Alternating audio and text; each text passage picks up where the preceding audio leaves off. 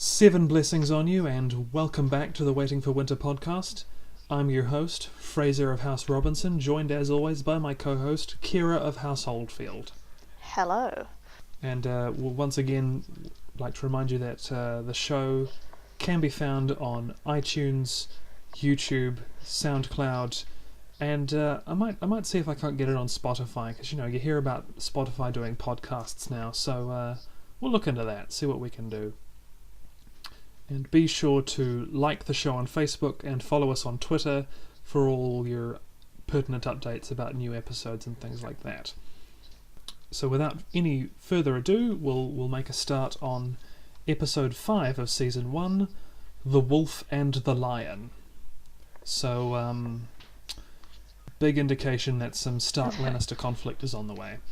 Not that it wasn't really obvious from the previous episodes, but from the end of the previous episode, yeah. So we open on King's Landing. Ned goes down to the tournament grounds where the Hand's tourney is being held, and Sir Hugh of the Vale, who of course was brutally killed by Sir Gregor Clegane last episode, is being tended to by the Silent Sisters, who are the kind of the sect of the Faith of the Seven that deal with the dead. Yep. And Ned and Sir Barristan Selmy have a little bit of a chat about Sir Hugh's death, and then they go outside and sort of walk around the tourney grounds, and they have a further talk about the fall of House Targaryen, specifically about the fact that Sir Barristan was part of the Kingsguard of the Mad King, and Robert pardoned him after the rebellion and let him stay in the Kingsguard. So Barristan is very sort of grateful to Robert for that, I think. I mean, it was definitely one of those situations where what do you do as that person? Because Barristan Selmy, he's quite a famous figure in Westeros. They call him Barristan the Bold, and kind of keeping him on was I think good PR for Robert, just as getting rid of him would have been bad, which is something that comes up later on. So Ned goes to Robert's tent, where Lancel is trying and failing to fit Robert into his armour. Breastplate stretcher. Ah yes, the breastplate stretcher. Which, Robert sends Lancel off looking for the breastplate stretcher, and so Ned and Robert have a bit of a laugh about how long it'll take Lancel to figure out that that's nonsense. Yep. And we have one of those moments again where Ned makes a joke, sort of directed at Robert, and Robert. You think Robert's going to get mad, but then he starts laughing. But then when somebody else laughs, he does get mad. So it's mad. It's like, you're not allowed to. Only I'm allowed to laugh at me. It's like, you're too fat for your armour. And Robert starts laughing, and then Lancel starts laughing, and Robert's like, "Oh, you think it's funny, do you?" And they have that whole bit. Yeah. And so, while Lancel is away on his wild goose chase, Robert and Ned have a bit of a talk about Robert competing in the tournament, which Ned says, well, if you compete, nobody would dare to hit you, so you'd just win automatically, because everyone else would just take a dive, because who wants to be the person that wounds or, God forbid, kills the king? So Robert's a bit upset by that he can't do all the things he used to do because he's now the king. Turns out being king's not so great. Yeah, this is another thing I feel like should have come up in 15 years of being king, because they've had other tournaments in the intervening time, so I don't know. I mean, I feel like it might be exacerbated by the fact that his old partner in crime is back. Oh yeah, that's a good point actually. He kind of wants to sort of get up to the old tricks that they used to. And I feel like that was sort of what Robert was expecting when he had Ned come be the Hand, was we'll just go like back to old times. But it's not so much. That's a good point, actually. I hadn't thought about that. So, later on at the tournament, Sir Gregor Clegane the Mountain is riding against young Sir Loras Tyrell.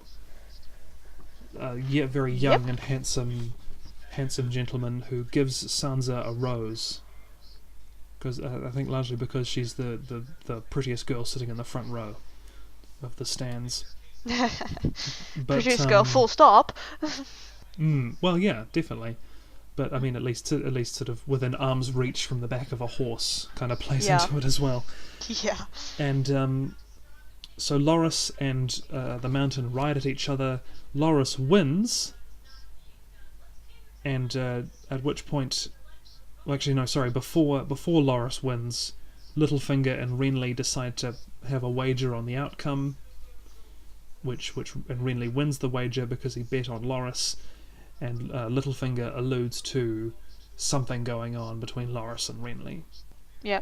And so the Mountain, who has lost, of course, is clearly very angry about having lost, and so just as soon as he dismounts from his horse, calls for his squire to bring his sword, and right there in front of everybody just fucking cuts this horse's head off, like just right through it. It's quite brutal. Yeah, just like they and just leaves it there. He doesn't even like move it. Like he does it right in the middle of the tourney ground, so it's not just brutal, it's also dreadfully inconvenient. So Littlefinger reveals that Varys knew that his mare was in heat, and that it would distract the Mountain's horse and make it easier for Loras to win. And he sort of says this to Sansa, who reacts with sort of shock, because she imagined that someone so clearly gallant and chivalrous as Loras would resort to cheating to win the win the fight. Sansa at this point in her life definitely suffers from that. I don't remember what it has a name, but where that thing where if someone's really pretty, you associate all the positive things with them. So she's like, well, he's pretty, so he must be chivalrous and honest and good. And you're like, no, he's not. Yeah, what is the word for that? I don't. It's. I'll go find out. Keep talking. I'll tell you later. I've heard of that too. I want to say something like Marilyn Monroe syndrome, but I think I might be on the wrong track with that. So yes, Loras has been revealed. Well, not revealed, but it's generally understood that he was cheating, and so the Mountain flies into a rage, tries to attack Loras with his sword, still slick with horse blood, causing the Hound to intervene. His brother Sandor Clegane intervenes to sort of try and save Loras.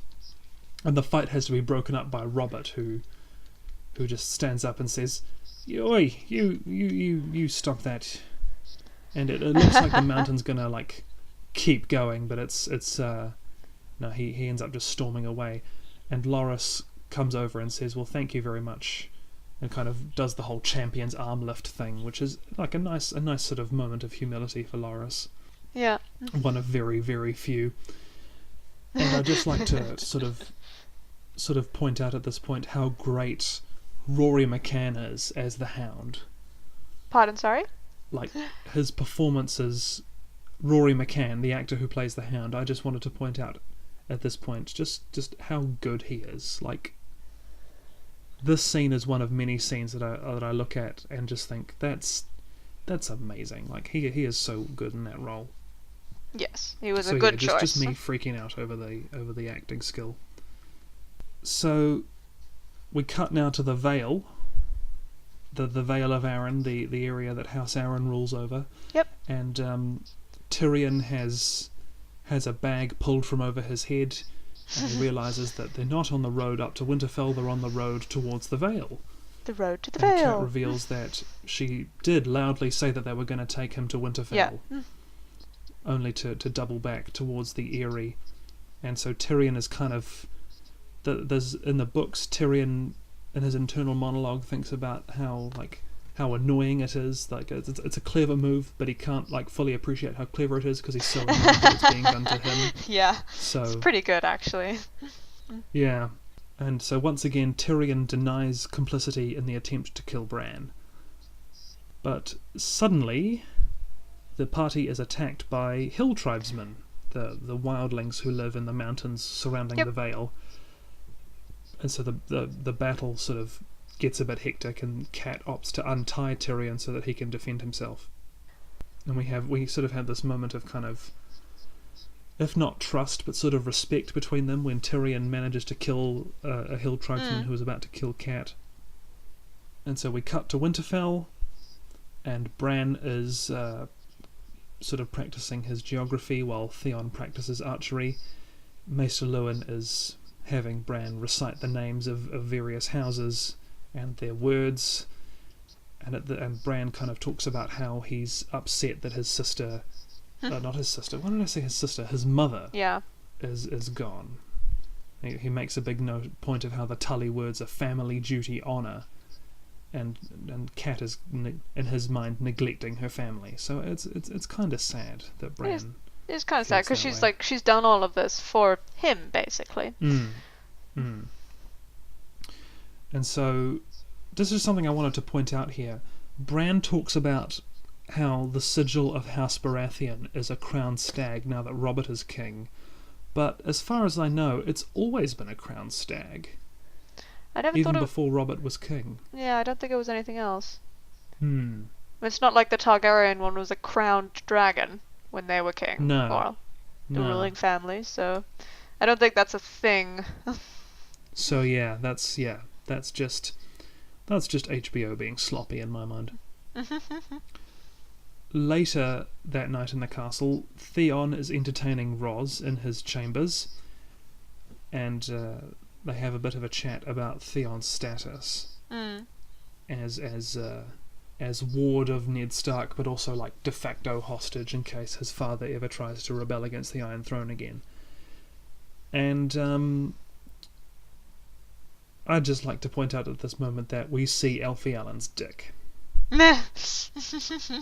Just for those of you who are interested. I'm pretty sure it's the first time we've seen a penis on screen in the show. So yeah, I think it is. So mark that down in your diaries. We cut to King's Landing now, and Arya is chasing a cat just around the castle as part of her lessons with Syrio. And if I recall correctly, this cat is an old tomcat called Balerion. Yeah. Which was the name of one of the dragons that Aegon the Conqueror used to conquer Westeros.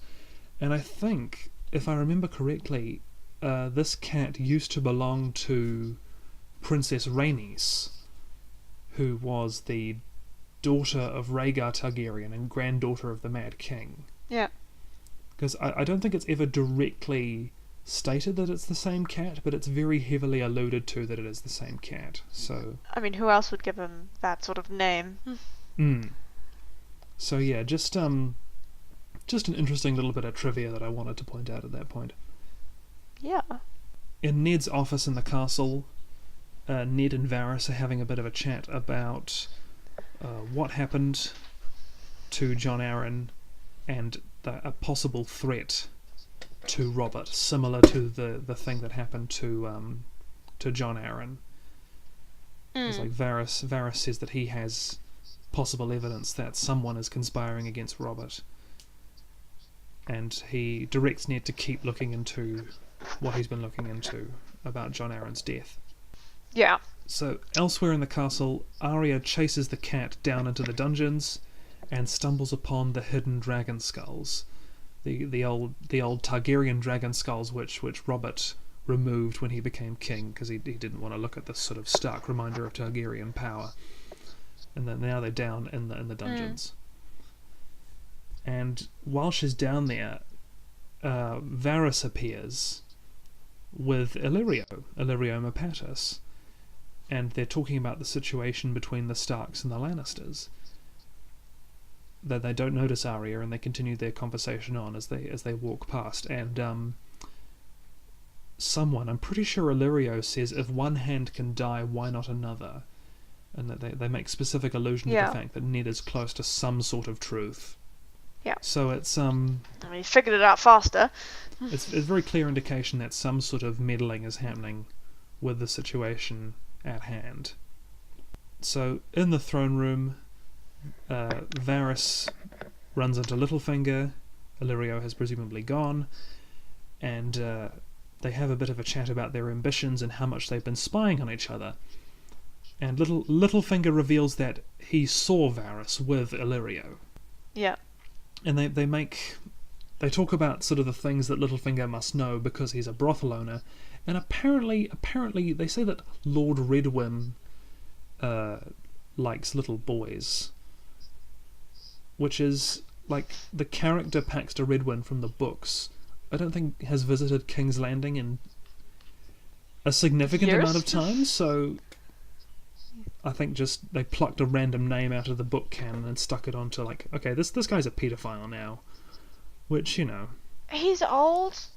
It's a modern thing to do. Yeah. Anyway, moving on from that rather sticky point there, Renly comes in to the throne room and reveals that Robert will be at the council meeting, which is apparently a rare occurrence. Oh no, we're going to go into more debt now. Something big's about to happen. Arya finally emerges from the dungeons of the castle and finds herself on the waterfront outside the castle, and she tries to get back in, but when she's denied, she gives one of the guards a bit of a talking to. Yep. I can't imagine what those two guards thought they had on their hands, because she very specifically says, "Well, I'm the daughter of the Hand of the King," but she's wearing her training clothes and is very filthy. So you can imagine them being a bit skeptical. Back in Ned's office, Arya has been brought before Ned, and he says that, well, we were looking everywhere for you. We were very worried, and she tries to tell Ned about the conversation that she overheard. But they're interrupted when Yoren arrives with the news of Kat's kidnapping of Tyrion. Arrest, in inverted commas. And there's this sort of great conversation between Ned and Yoren, where Yoren says, well, Benjen's your brother by blood, but he's my brother by oath, and it's for his sake that I came down here to tell you that what's going on. So I just thought that was a nice little bit of dialogue between them. Yeah, it is. Outside Ned's office, while Ned is talking to Yoren, Arya and Jory Cassel have a bit of a talk about how well Ned is protected, because, of course, Arya is a little bit concerned about Ned and his safety. So we cut back to the Vale, and Kat and her party are met by a knight in the service of House Arryn, Sir Vardis Egan, and are taken to the Eyrie. And so now it's time for one of my famous gripes about how the show is not accurate to the books. There's no sign of the bloody gate in this. Yeah, I felt like that would be a good addition. That's bloody with a capital B, by the way. I'm not just swearing at about a gate. It's covered in blood. It's a famous defensive work in the Vale that basically turns one of the only approaches to the Vale into a choke point. And it's called the Bloody Gate because of all the armies that have just turned themselves into mincemeat trying to get through it. Yeah, it's sort of like, have you ever seen the designs of Japanese castles? I have not. So they have a gate. They have a gate and then a room and then another gate. So what basically happens is they open the first gate, let everyone into this tiny little room, close the gate, and then kill them all. Yeah, and then slaughter commences. I suppose it's kind of... I guess it's also kind of similar to Thermopylae. Yeah, the Battle of Thermopylae and the 300 Spartans and things like that. Also, in the books, the Catelyn's arrival at the Bloody Gate introduces one of my favourite minor characters, Sir Brynden Tully, the Blackfish, Cat's uncle. Yeah. So yeah, he ends up not appearing until season 3, I think. But no, it's just a cool bit of the world building that I'm sorry got cut out, especially because it appears in season 4. Yeah, it does. When Littlefinger returns to the Vale with Sansa, they go through the Bloody Gate, even though It there are wasn't there before. a bunch of ways why that doesn't make sense, but we'll get to that in due course.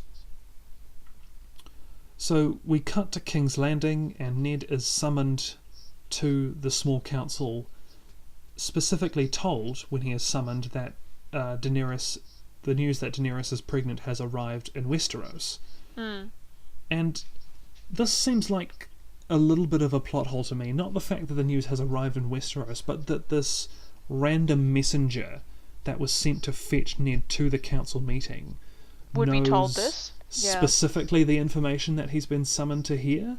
Yeah. Like, surely there's some element of like secrecy that Robert would want to maintain about the fact that his biggest rival for the Iron Throne is on the verge of producing an heir. Like, it's yeah, like that seems to be. I feel like that should be secret. So in the council chamber, Robert reveals that Varys has learned that Dany is pregnant, and Ned kind of questions the source of that information, because of course it came from Jorah Mormont. They confirm in this scene that it was Jorah who told Varys about this, and Ned kind of goes, well, that's hardly a trustworthy source. Robert and Ned have a fight about assassinating Daenerys, which leads to Ned resigning as Hand of the King. And I just like to indulge in a little bit of personal satisfaction at this point. My original co-host for the show, Olivia, said that I pronounce Viserys wrong, but in this scene, Robert pronounces it the same way that I do. So, how are you supposed? Who's laughing now? How are you supposed to do it? I don't know. One day we might be able to have Liv on the show and she can defend herself on this, but as far as I'm concerned, I'm in the right. That's all that really matters. It's written Viserys, so here we are. And also in this scene we have a cool line from Ned.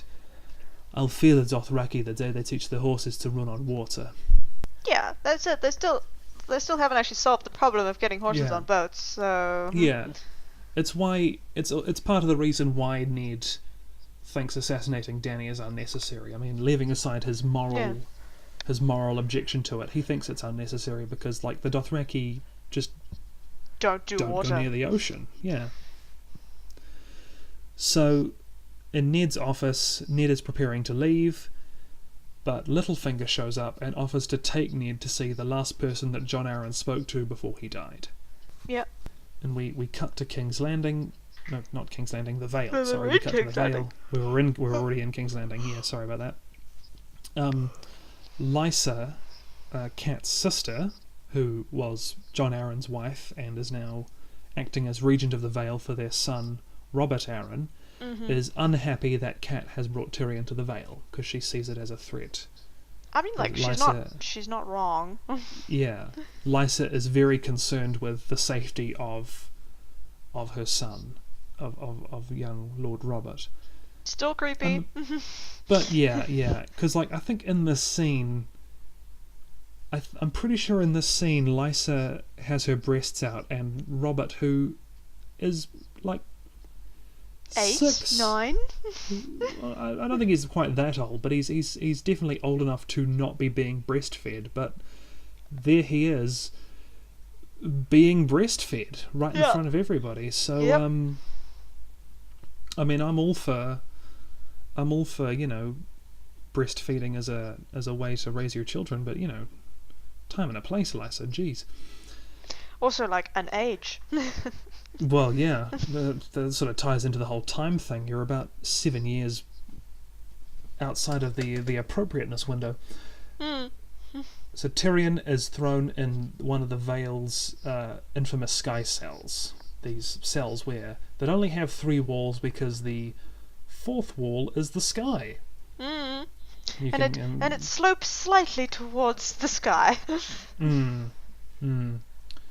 And so we cut back to King's Landing, and Loras and Renly are having a chat about politics while Loras gives Renly a shave, and this is the first explicit evidence that we see of Loras and Renly's relationship. And they have an exchange about because they clearly know some of the stuff that's going on relating to Cersei and her children and the succession, and they're planning for it. They're planning for the possibility that one of Robert's brothers will become king instead of Robert's supposed sons. Son, in inverted commas again. Yeah. And they talk about how Stannis, Robert's next eldest brother, who is between Robert and Renly, would be a terrible king because he has, quote, the personality of a lobster. And being as rabid a fan of Stannis Baratheon as I am, this is I mean, it's a fair comment, but still. He does kind of have the personality of a lobster. Oh, yeah. Yeah. So in Robert's office, elsewhere in the castle, Cersei comes to visit, and they have a bit of a chat about the possibility of Dany invading with the Dothraki. Yep. And they also talk about Lyanna Stark, who, of course, Robert was supposed to marry instead of Cersei. Cersei has this absolutely brilliant line when she first comes into the room: "I'm sorry your marriage to Ned Stark didn't work out." Like, Aww. it's such a cutting line, and I love it. Yeah. And so, while they're talking, Robert kind of frets about the possibility that if the Dothraki do invade, the best way to fight them would be to not fight them, like just to hole up in castles. But if they do hole up in castles, the Dothraki will just trample all over the countryside and kill everyone else. And eventually the people will be like, well, hang on a minute, why are we still supporting this guy as king? And so that's what Robert's worried about. It's just a logical worry. And really, this whole scene is actually really great because there's not a lot of scenes of direct interaction between Robert and Cersei, where there's nobody else in the room and it's just the two of them. And this scene, it's brilliant, but it's kind of heartbreaking because they both kind of talk about how, well, our marriage is pretty fucked up and everything's pretty fucked up, and like, was there ever a chance for this? And Robert says no, and it's just sad. Yeah, I was about to say, I feel like neither of them really tried. So, shout out to Mark Addy and Lena Headey's acting in this scene because it's absolutely terrific. That being said, they reference that first child that supposedly died. So, where's my plot hole tape? In a brothel elsewhere in the city, Ned is meeting another of Robert's bastards and her mother, a girl called, I think, Megan or something like that. I think is her name, if I remember correctly. Megan and Littlefinger and Robert have a bit of a talk about it because by now it's become clear to Ned that Jon Arryn was on the trail of Robert's bastards. And Littlefinger has this absolutely sterling, like, dry, witty Littlefinger line that is, if you fuck enough women, some of them will give you presents. Which... Yeah. Yeah. Like, that's even quite... actual presents, like some chocolate, they might do that. I just thought that's something that makes me laugh whenever I hear it, and it's just because it's so quintessentially Littlefinger. Oh yeah. And now we hit the big sort of climactic finale of this episode. Outside the brothel, Ned walks out into the street to be met by Jaime and a cadre of Lannister soldiers. Ned says that because Jaime wants Tyrion back, naturally, and Ned says, well, actually it was my idea, because he wants to sort of, protect Cat. So they fight. They have a sword fight right there in the streets, and Jaime kills Jory Cassell. Jaime's guards kill Ned's guards, and so when it's down to just sort of the two of them plus Jaime's guards, Jaime sort of says, you know what, back up, I'm going to fight him myself. And so they have, I think probably one of the best sword fights at least in this whole series, of just these two guys who have just loathe each other, one of whom is purported to be the best swordsman in the country. In the world, yeah. In the world, possibly, and versus this other guy whose abilities have never been directly seen, but it's always kind of like hinted at that he might be a lot better than people let on, and it's just absolutely brilliant, a brilliant scene. And something that I think about quite a lot with this scene is that, because at the end of the Baratheon Rebellion, Ned fought and killed the previous best swordsman in all of Westeros, Sir Arthur Dayne, who was a fellow member of the Mad King's Kingsguard. And something I think about quite a bit is what Jaime thinks about what happened at that duel, and especially in this moment when he's fighting Ned. He thinks about how he's the best swordsman in the world, but at some point during the fight when he's not winning as easily as he thought, he remembers that at some point Ned Stark took on Sir Arthur Dayne and won that fight. I like to sort of look at that fight and try and pinpoint the moment where Jaime realizes that he might have underestimated Ned. But you need to try a bit harder. Before the scene can really sort of ramp up, one of Jaime's guards intervenes and stabs Ned in the leg with his spear. And so Jaime says, gets on his horse and says, "My brother, Lord Stark, I want him back," and then rides off out of the city. And we roll credits on that episode. Yeah. So yeah, quite an I'm intense... still fascinated by this Lannister thing where it's they're so into family, but they hate each other for the most part. Yeah, I really appreciate when that ruse is ended later on. Yeah. So yeah, a great ending to what was a very interesting episode. So now we move on to episode 6 of season 1, titled "A Golden Crown."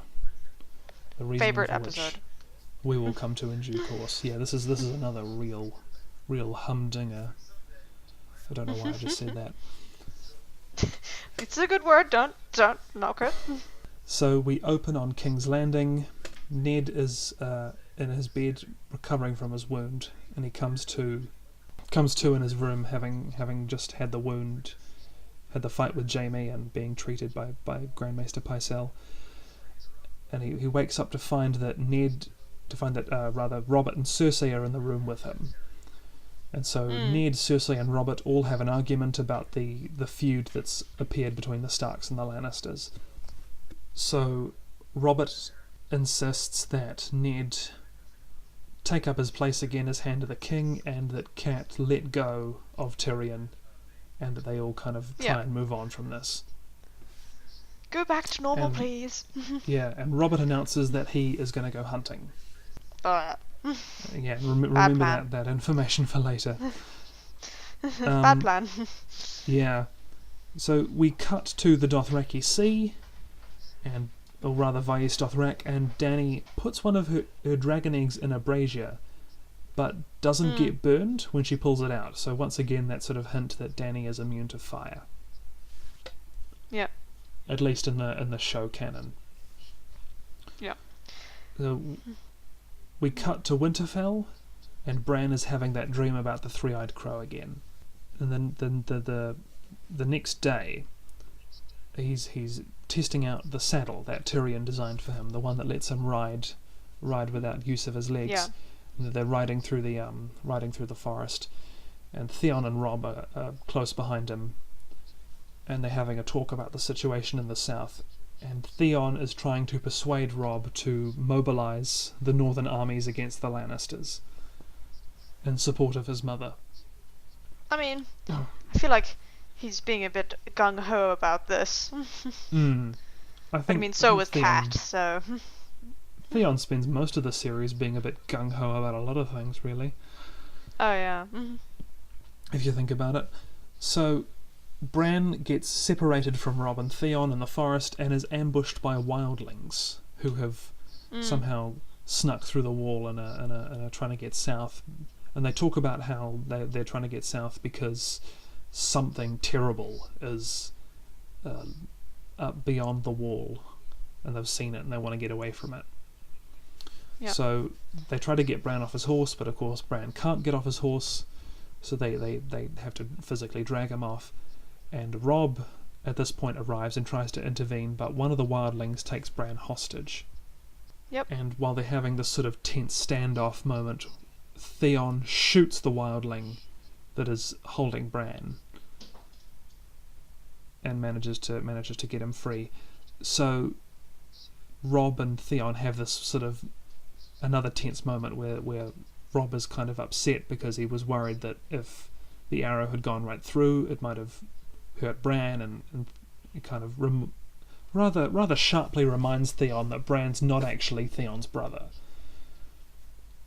even though Theon's sort of unnecessary, trying to I feel, brotherly. but Yeah, it's a bit harsh. And so the one remaining wildling, Osha, begs mercy from Robb, and Robb sort of opts to spare her. So we cut to the Eyrie, and Tyrion wakes up right on the edge of a sky cell, like one arm hanging over the edge, face kind of So he wakes up with a bit of a start and tries unsuccessfully to bribe the jail keeper to let him out. Yep. So we cut to King's Landing. Arya is not in the mood to train after what happened to her father, and Syrio says, well, that's the best time to train, because you need to learn how to focus on the situation at hand when you're in a fight rather than be distracted. Also, it's when you're probably going to have to fight is when people are dying around you, and you really don't want that to happen. And we get probably one of the most, I think, famous speeches in the entire series. There is only one God, and his name is Death. And what do we say to Death? Not today. Very poignant. And something that gets repeated quite a lot, I think, throughout the series. Not today. We cut to Vaes Dothrak, and Dany is eating a raw horse heart. Just biting off chunks and scarfing it down. And it's... I mean, this series, it has a lot of violence and gore and people dying in horrible ways, but this has to be, I think, probably one of the least comfortable scenes for me, at least in this first series, because it looks so real. Like, it's probably because it is. She's just eating a heart, and it's... oh my god. So, yeah, it's intense. It's an intense scene. But it's apparently part of the Dothraki ritual to prove the strength of the child that she's carrying. Yeah. So that if she can keep the horse heart down, I think I might have mentioned... You might have what, sorry? I think I mentioned this before, where I really wanted to see a Dothraki Targaryen. Like, how terrifying would that child have been? Yeah. The possibility of a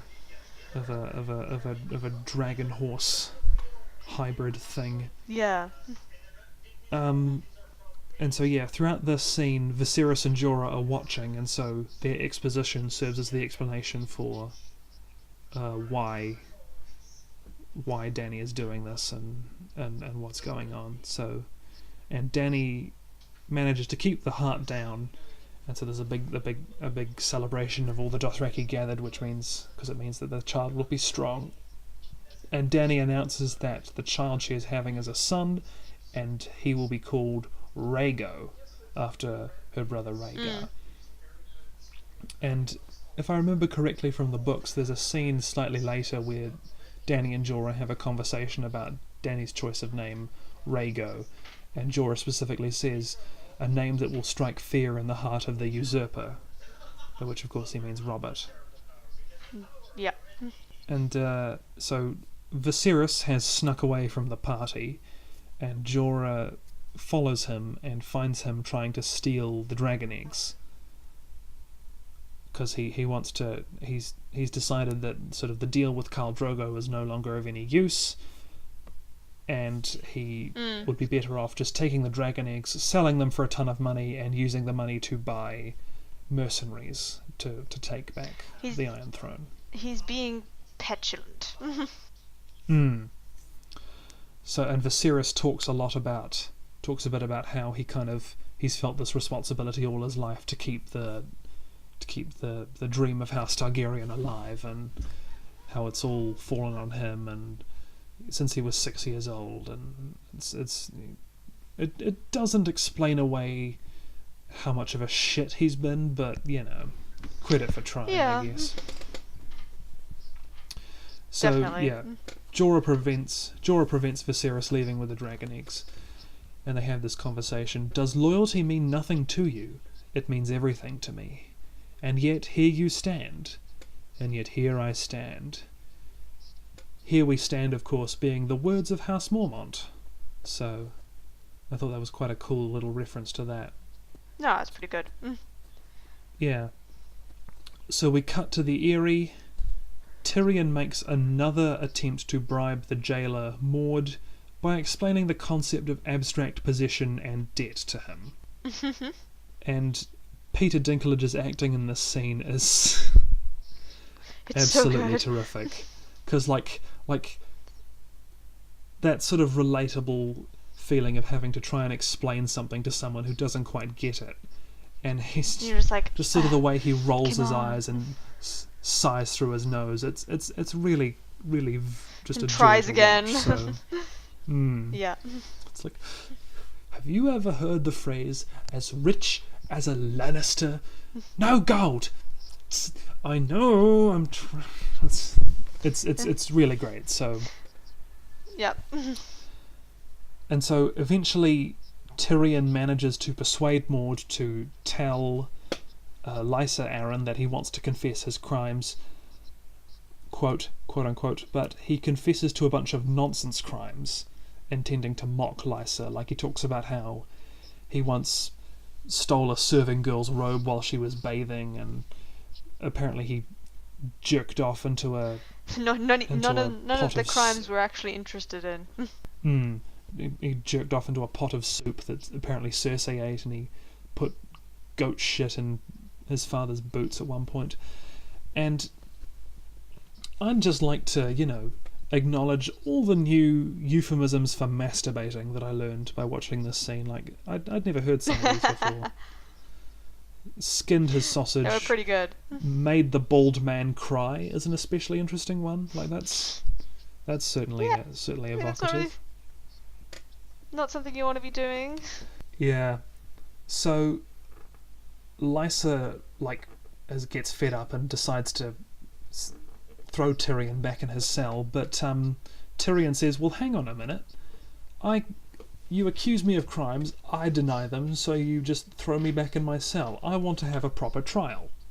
And Lysa says, "Well, we can have a proper trial, as you are entitled to. But Lord Robert, my 6-year-old son, who will basically do anything I tell him to, will be the judge." Which, of course, Tyrion is less keen on. So he opts instead to, drumroll please, trial by combat, thus birthing the age-old cop-out of trial by combat. endless memes. Endless memes. Oh yeah. So, yeah, it's a and like the best relationship in the show. It's an iconic moment. Iconic. So Lysa says, "All right, you can name a champion. I name Ser Vardis Egan, who we saw earlier, and Tyrion tries to nominate Jaime as his champion, but Lysa says, no, we're going to do this today. We can't wait for Jaime to get here." So eventually, Bronn, one of the sellswords who was originally helping Cat transport Tyrion to the Vale, volunteers to be Tyrion's champion. So, that's exciting. And yeah, so Tyrion mentions he and Lysa have a right to choose a champion, but I'd be honest, I'd be keen to watch them have to fight each other. Lysa Arryn, this older woman who's probably doesn't have much going for her in terms of physical ability, versus Tyrion, who while small has shown that he is capable in a combat setting. So that's a fight that I'd pay to watch. Is all I'm saying. Yeah, it would be interesting. So we cut now to the Kingswood, the forest south of King's Landing, where Robert is hunting with Renly and Ser Barristan and Lancel. And Robert is reminiscing about the quote-unquote good old days, where, he didn't have any responsibilities and could just do whatever he liked. He talks about something called making the eight, where you have sex with a girl from each of the kingdoms and the Riverlands, which, Yep. justice for the girls from the Crownlands, because they're not on the list. And Renly, in a moment of sort of level-headedness that book Renly is definitely not known for, calls Robert out for being just a douchebag about everything. A lad. And he's like, well, what good old days are you talking about? When the Mad King was burning people alive because the voices in his head told him to, or all these other terrible things were happening? And he makes references to dragons burning cities to the ground, which, never happened in Westeros, but I presume he's what? Is he referring to the old Valyrian Empire? But yeah, I don't know. That's just an odd reference. Because there's definitely no cities in Westeros that are not here now that were there before. And I think, so. Yeah, the only settlement that ever was completely destroyed by dragonfire was the Castle Harrenhal. So maybe that's what he's referencing. I don't know. At this point, we see that Robert is getting progressively more and more drunk, because his squire Lancel keeps giving Robert wine. Which is what Robert is asking for. Yeah, Robert keeps asking for it, but I think both Renly and Barristan sort of think that maybe, you can see that they both think that he should maybe ease up, but they don't actually say it, so Robert just goes on drinking regardless. In the Red Keep, Ned is holding court in Robert's absence, deciding over various issues. A Riverlands man has come to the capital to tell him about a Lannister attack on the area led by the Mountain, Sir Gregor Clegane, which is apparent revenge for Cat taking Tyrion prisoner. And so Ned orders Lord Beric Dondarrion, newly introduced, to bring the Mountain in to face justice, and calls on Tywin Lannister to come to the capital to answer for the destruction, because of course the Mountain is one of Tywin's own men, own sworn soldiers.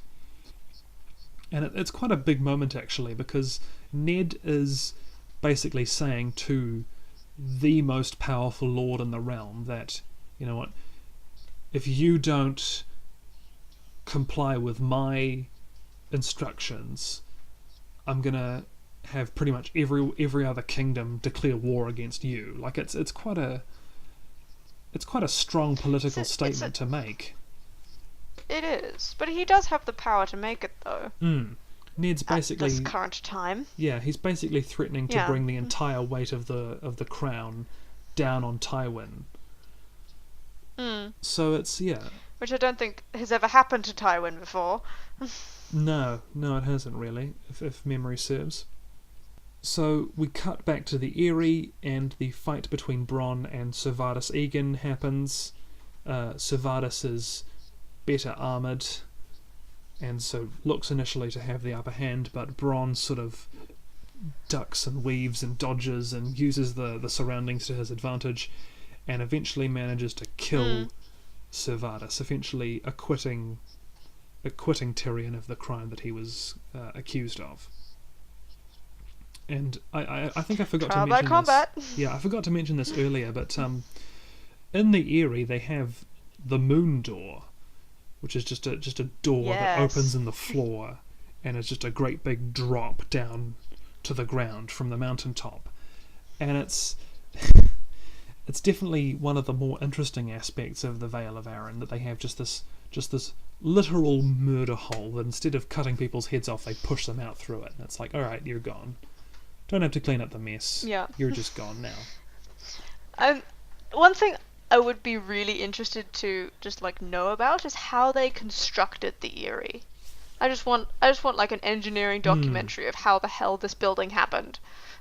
Well, if my memory of the World of Ice and Fire is accurate, and I have no reason to believe that it's not, it took about 60 years.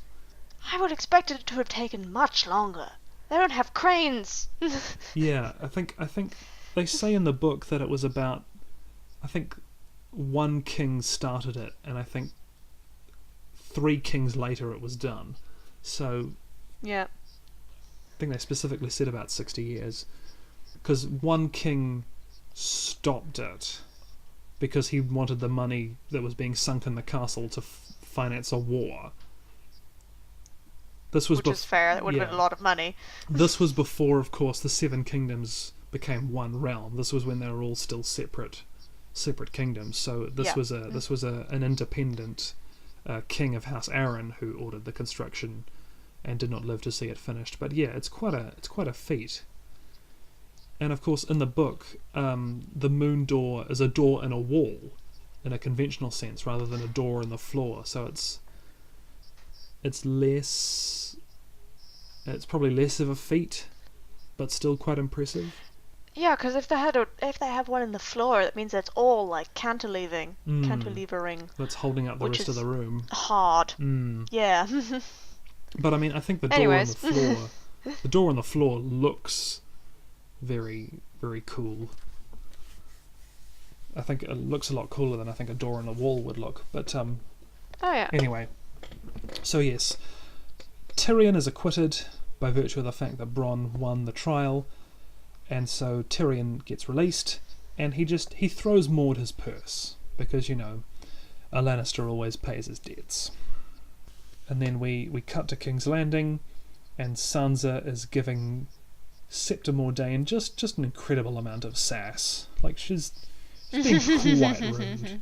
Like, because she asks Septa Mordane where she grew up, and then when she starts talking, she's like, "Oh wait, I don't care," which is like holy shit, Sansa, you're not queen yet. A little bit. Yeah. Chill. And at that point, Joffrey comes in and apologizes for how he's acted towards Sansa lately, and he really puts the moves on her. Like, he gives her a little necklace and he kisses her, and it's a real kind of pulling out all the stops on Joffrey's part. This is called emotional manipulation, people. Take notes. Yeah. So we cut to the north, and Ros is leaving for King's Landing because she thinks that all the men that are her customers are going to leave to go fight in a war, and Theon is kind of sad about it, to the point that he follows her and flicks her a coin for one last look at her genitals. So yeah, why is this scene in here? I mean, because, you know, Ros goes down to King's Landing and has like a sort of central role. Well, not a central role, but like a contributing role to some of the intrigue plot. And I guess they had to have a scene that's like, all right, Ros is leaving now, so don't be surprised when she turns up in King's Landing. Not that long after she leaves, so she must have caught the express train or something. We cut to King's Landing, and Ned informs Sansa that he is sending her and Arya back to Winterfell, which you know, Sansa is very upset by, because she wants to marry Joffrey, and She talks about how she's going to give him children with beautiful blonde hair, and Ping! and yeah, Ned cottons on to something. Like, Sansa says, a beautiful golden lion, and Arya says, well, he's not a lion, he's a stag like his father, and Sansa says, he's nothing like that old drunk king. And it cuts to a close-up shot of Sean Bean's face, and you can hear the gears turning. You can see the like eyes widen. Like, there's a great comic of Ned in this scene where like Ned's like drawing Punnett squares, and he writes in like blonde hair, black hair, and then it's a wide shot of him, and he just goes, motherfucker, and it's like that's 100% what happens. Big T, little T, big T. Hang on a second. So some year 11 biology year 11 for you. Science, yeah. Yeah. What little of science I actually remember from high school this comes into play. So we cut to Vaes Dothrak, and there's a party in full swing to celebrate the fact that Dany is going to have a strong, healthy baby. She didn't puke. Woo. Yep, she didn't throw up that horse heart. So good for her. Viserys comes in, clearly drunk, and starts making a scene. Like, because he feels very slighted, because he's like, oh, I'm here for the party, and Drogo's like, you sit over there with the plebs, and Viserys is like, that's not a place for a king.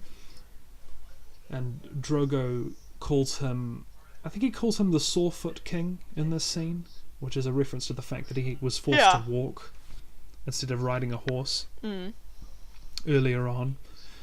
And so Viserys gets very aggressive, and he takes out his sword. And none of the other Dothraki have weapons, because bloodshed is forbidden in Vaes Dothrak. And he says, well, you know what, I want what's promised, and if he's not going to give me an army, then he doesn't get you, Dany. And he threatens to cut Dany and Drogo's child out of Dany. Which would kill Dany. So Drogo says, alright, I'll give you what you want, a golden crown that men will tremble to behold.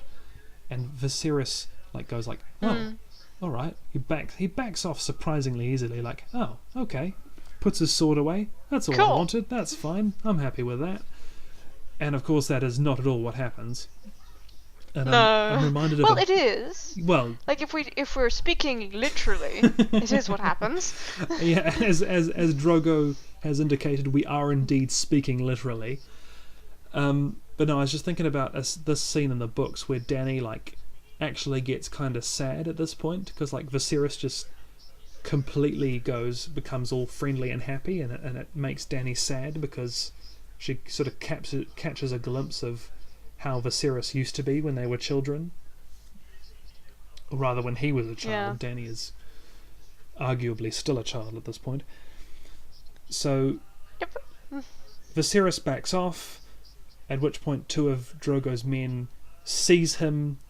One of them breaks his arm, I think, if I remember correctly. Yeah, he does. And they force him onto his knees. Drogo goes to the cooking fire, pours out the stew that was in there, gets a bunch of gold, puts it in there, waits for it to melt. All this time, Viserys is begging Dany not to let this happen, because I think he's sort of guessed that something pretty terrible is about to happen. He's twigged at this point, I feel. Yeah. And so the gold has melted over the fire. Drogo lifts up the pot, holds it over Viserys, crown for a king, and pours the molten gold over Viserys' head. And it's so satisfying and so awful. Brutal. Absolutely brutal. Even though, as you say, Viserys has just been a shit. It's an incredibly brutal way to die like that, so yeesh. But, from a technical standpoint, it doesn't violate the Dothraki no bloodshed rule in Vaes Dothrak. Nope, there was no blood. Not a drop of blood is spilled. Viserys There was sure a lot of heat, though. suffers. Is there something beyond 3rd degree burns? Like, is there such a thing as 4th degree burns? Because I'm pretty sure There is Viserys 4th suffers degree, it. but that's when you have, that's when you have literally no skin. Okay. No So skin he's left not is quite 4th there, degree but still. burns, so I feel like that's where we are. Yeah, he's still... Like, obviously not, like, overall, but... So yeah, Viserys dies horribly, and we end the episode with a close up of Daenerys saying, "He was no dragon. Fire cannot kill a dragon," and then we roll credits. Because we already know that Dany's immune to fire, apparently. Well, so I mean, does that? I mean, not saying I want to see molten gold get poured over Dany, but does that mean she would have been immune to having molten gold poured over her? That's an interesting I feel like sort yes. of possible hypothetical question. I mean, like, Not that I, yeah. I mean, it's a really good way to make armor. Cheap, quick way of making armor. I mean, I guess, but it's, yeah. It would also freak people the hell out as well. Like, you'd have the psychological aspect down pat. I want to see that now. Anyway, that marks the end of this episode of the Waiting for Winter podcast. Thank you everyone very much for listening, and we'll see you next time. You have any final thoughts, Kira? No. Apart from this is my favourite episode in season 1. I like it very much. It's very good, very good. And I guess as my final thought, don't underestimate the importance of high school biology. No. Remember them Punnett squares. We'll see you next week.